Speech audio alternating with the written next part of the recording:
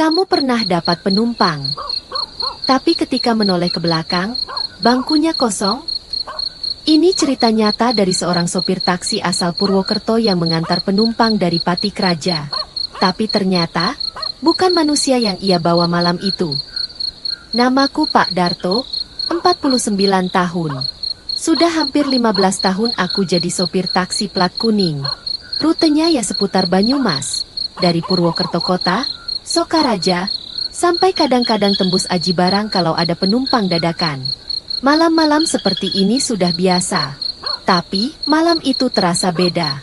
Sekitar pukul 22.40, aku sedang ngetem di area stasiun Purwokerto.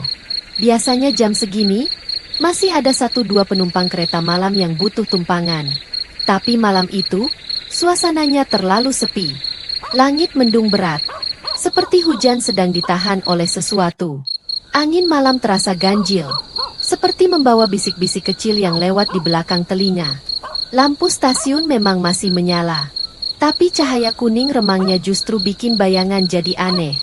Di kejauhan, bayangan pohon trembesi di pinggir jalan bergoyang perlahan, meskipun udara sangat tenang. Aku sendirian. Tak ada rekan sopir yang biasa duduk di bangku besi dekat pos satpam.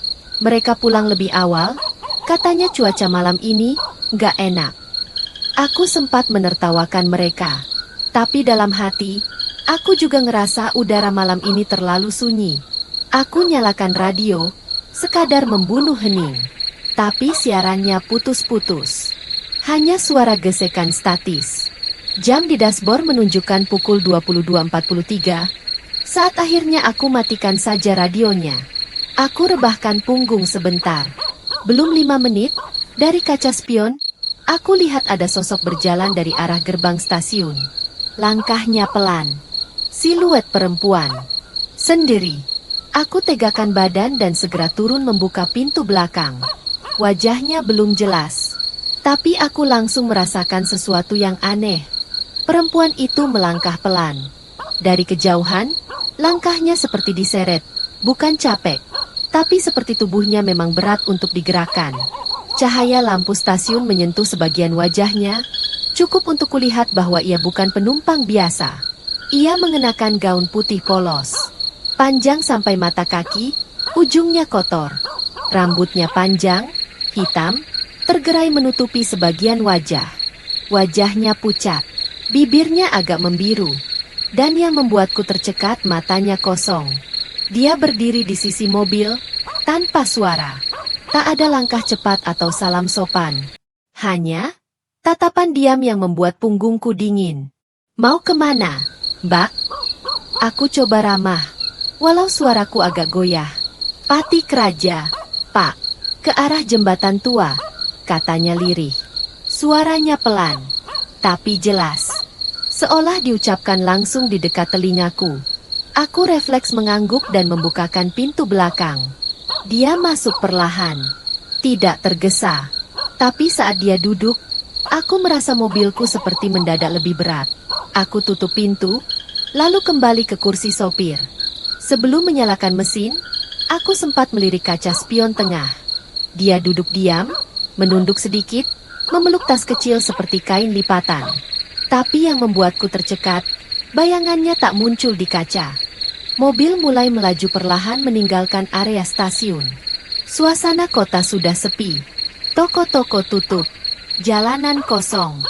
Hanya suara deru mesin dan rintik hujan tipis yang mulai turun jadi teman perjalanan. Di kursi belakang, perempuan itu masih diam. Tidak satu kata pun keluar sejak naik tadi. Bahkan saat aku sempat menoleh lewat kaca spion, dia masih menunduk, memeluk tas kecilnya, kain lusuh yang warnanya pudar, seperti usang dimakan waktu. Biasanya penumpang malam begini masih suka minta muter atau cerita soal rumah atau keluarganya. Tapi dia, sunyi. Sunyi yang terasa gak wajar. Semakin dekat ke arah Karanglewas dan kemudian menuju jalur sepi ke Patikraja, suasana makin mencekam. Lampu jalan mulai jarang. Beberapa mati total. Pohon-pohon besar di sisi jalan bergoyang pelan, meskipun angin hampir tak terasa. Jam di dashboard menunjukkan pukul 23.27. Tiba-tiba, Aku mencium bau yang sangat familiar. Anyir, tanah basah, campur bau melati busuk. Bau itu menyelinap pelan dari belakang.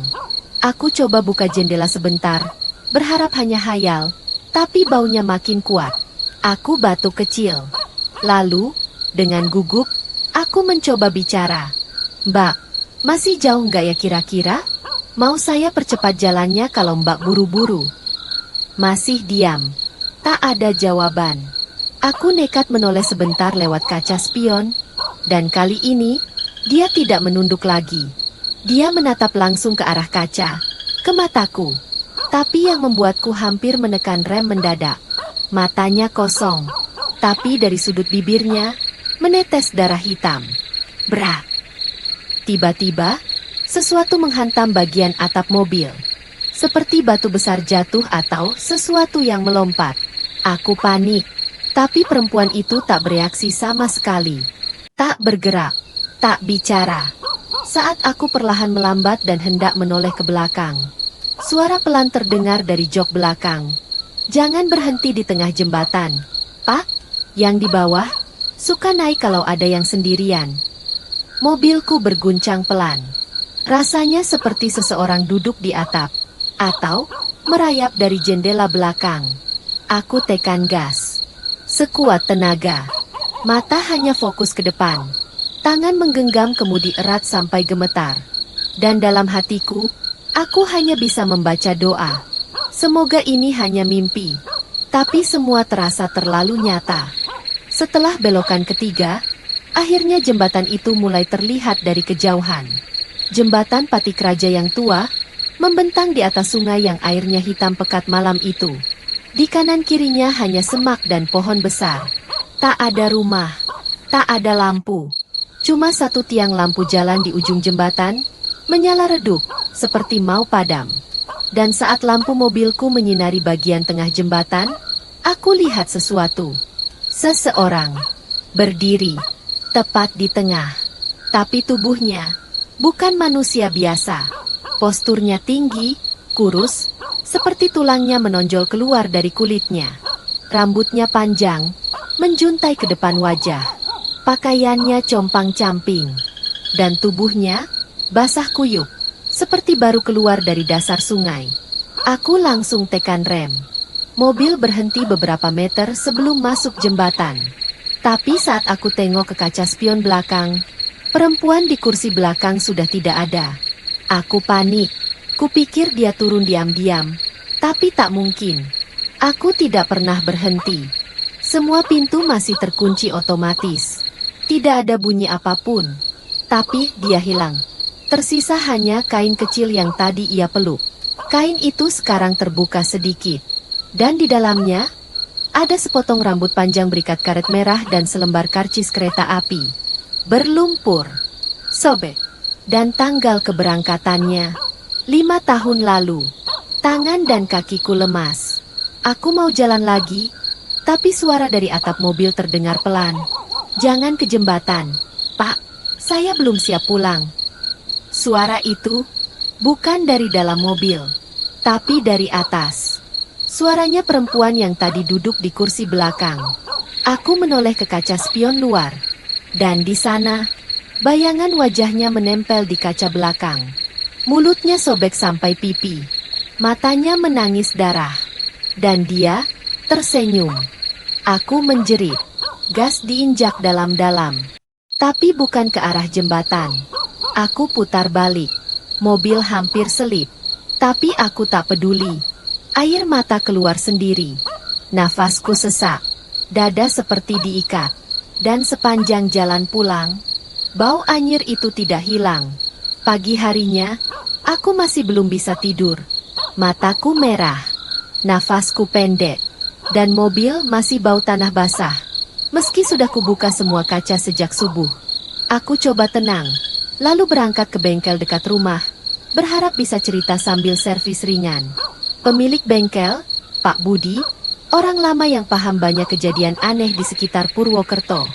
Begitu aku sebut kata, jembatan tua Patik Raja, dia langsung diam. Lalu menoleh pelan, matanya serius. Sampean semalam bawa penumpang dari stasiunnya. Perempuan, baju putih, rambut panjang, dan minta diturunin di tengah jembatan? Aku cuma bisa mengangguk. Jantungku kembali berdetak cepat. Pak Budi lalu duduk, membuka termos teh, dan bercerita.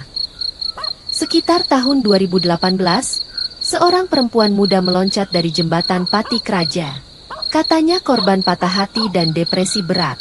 Ia ditemukan 3 hari kemudian, tersangkut di bawah semak bambu pinggir sungai. Masih mengenakan baju putih dan membawa tas kain kecil. Yang mengerikan, sejak kejadian itu, warga sekitar sering melihat sosok perempuan di sekitar jembatan, muncul malam hari, naik taksi atau ojek, dan menghilang sebelum sempat dibayar.